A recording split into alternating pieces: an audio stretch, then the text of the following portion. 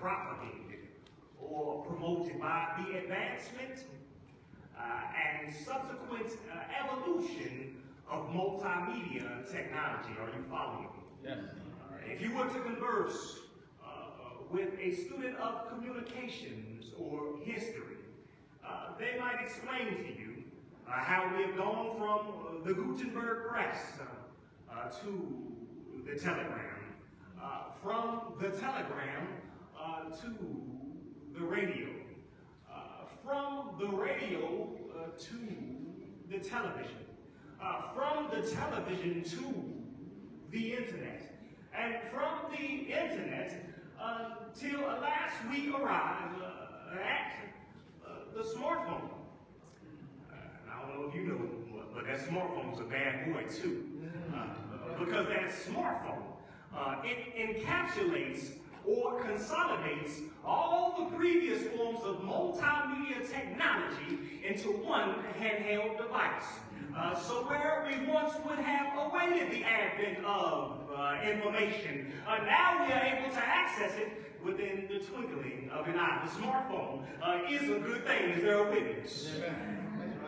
But just like any good thing, it has its drawbacks. You see, nearly everyone has a smartphone. And since nearly everyone has a smartphone, nowadays everybody has something to say about everything. If you don't believe me, then you should just check your Facebook, check your Instagram, check your Twitter, or if you can't look there, look at the comment section of your favorite news network. And when you look inside those comments, you will find that they are full of condemnation. Yes, they have condemnation for Beyonce, and they have condemnation for Bianca. They've got condemnation for the president, and they have condemnation for the poor. They have condemnation for the police, and they have condemnation for the Mike Browns, the Eric Garners, the Victor Whites, the Oscar Grants, the Sandra Blands, the Laquan McDonald's.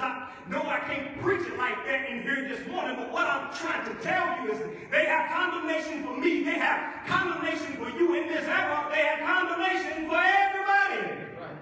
Right. I can't get no help in there. Make it plain. But that doesn't surprise me.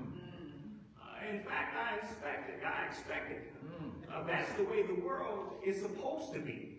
But the problem that I'm having is that this era of instantaneous condemnation has slithered, or dare I say snaked, its way inside the church.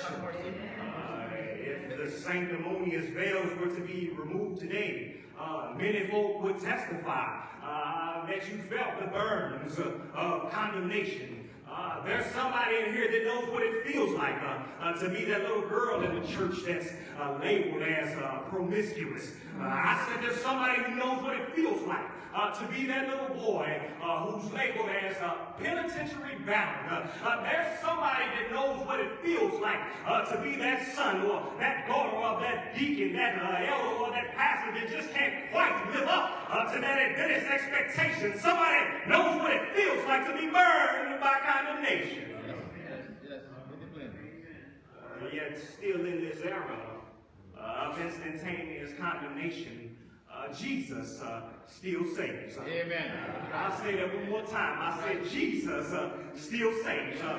He is the God of salvation and not condemnation. That means he has salvation for Beyonce, and he's got salvation for Bianca. He's got salvation for the